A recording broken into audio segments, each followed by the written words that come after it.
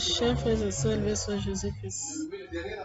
Je vous invite aujourd'hui à découvrir l'histoire de Saint Sylvestre que nous fêtons généralement le 31 décembre. Chaque 31 décembre, bon, nous fêtons la Saint Sylvestre. Mais qui nous alors Saint Sylvestre au par-delà? C'était qui? Voilà, ce que je vous invite à découvrir aujourd'hui. Saint Sylvestre a été l'un des papes de l'Église catholique romaine.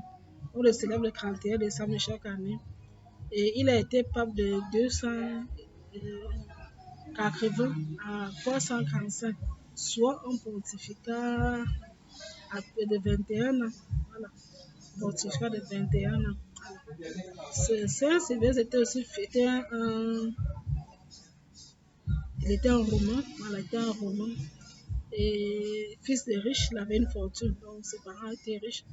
Il va arrêter dans cette fortune. Et lui ne va pas casser la fortune, il va l'utiliser plutôt à Rome. Donc, à Rome, il recevait souvent les chrétiens qui étaient de passage à Rome.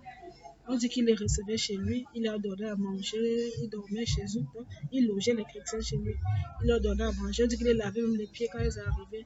Et il leur donnait tous les soins. Donc, tout ce qu'un étranger a besoin, il était à l'aise chez lui. C'est ainsi qu'un jour arrivé à Rome, on élu ce confesseur de la foi, quelqu'un qui évangélisait beaucoup. Il s'appelait Timothée d'Antioche, c'était un homme originaire d'Antioche. Il évangélisait donc et personne ne voulait le recevoir à Rome parce qu'à Rome, c'était une ville païenne. On ne voulait pas entendre les chrétiens. Donc quand Timothée d'Antioche arrive à Rome, personne ne veut le recevoir. Il a abandonné, personne ne veut le recevoir. Sylvestre donc accepte donc de le recevoir chez lui. Il le loge. Et du coup, étant chez lui, Timothée d'Antioche va donc commencer à évangéliser aussi Rome. Bon, malheureusement pour lui, il sera arrêté et il sera mis à mort. Donc, Timothée d'Antioche mourra martyr. Et Saint Sylvestre va donc aller voler les restes de son corps, son cadavre. Il va les enterrer dans la nuit, voilà, à l'insu des autorités romaines. Mais malheureusement, quelqu'un va lui dénoncer que Sylvestre a enterré le corps de Timothée. Alors le tribunal donc va arrêter Sylvestre, on va le conduire au tribunal du préfet qui va donc le condamner à la prison. Il sera donc jeté en prison et le préfet va menacer Sylvestre de mort. Et quand Sylvestre sort, donc quand Sylvestre le conduit en prison avec cette menace de mort, et Sylvestre dit au préfet romain, insensé, c'est toi-même qui cette nuit va rendre compte à Dieu.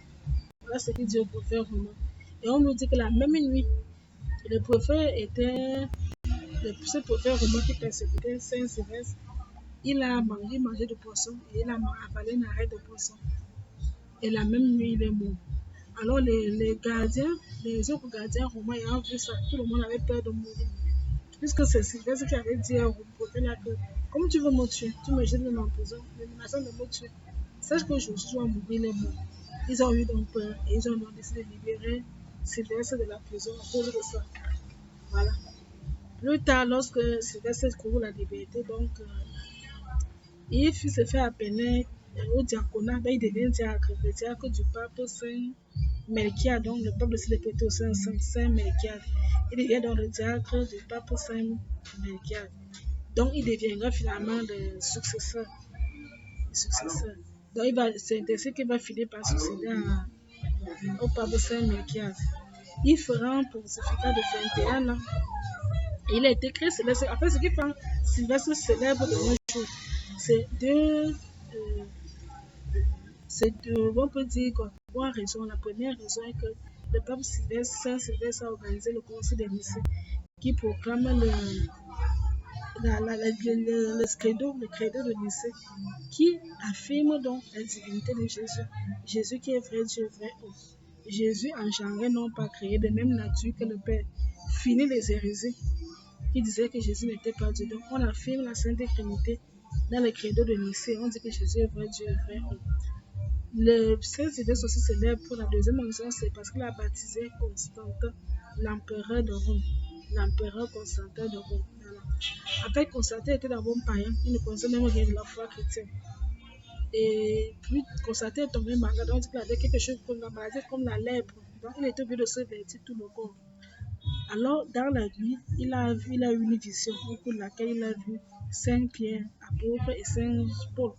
Donc, Saint Pierre et Saint Paul, les apôtres. Ils sont venus lui dire que s'il veut guérir de cette lèpre, qu'il fasse venir le pape Sylvestre, qui va le baptiser, il deviendra chrétien et le même jour va rencontrer la guérison.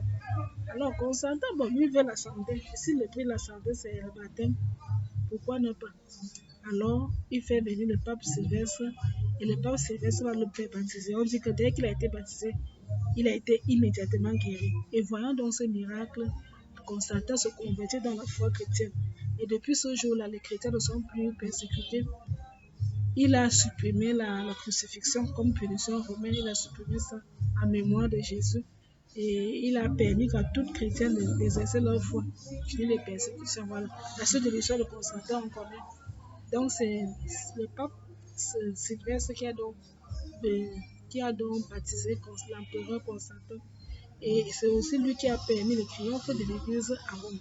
Voilà. Le triomphe de l'église à Rome. Voilà.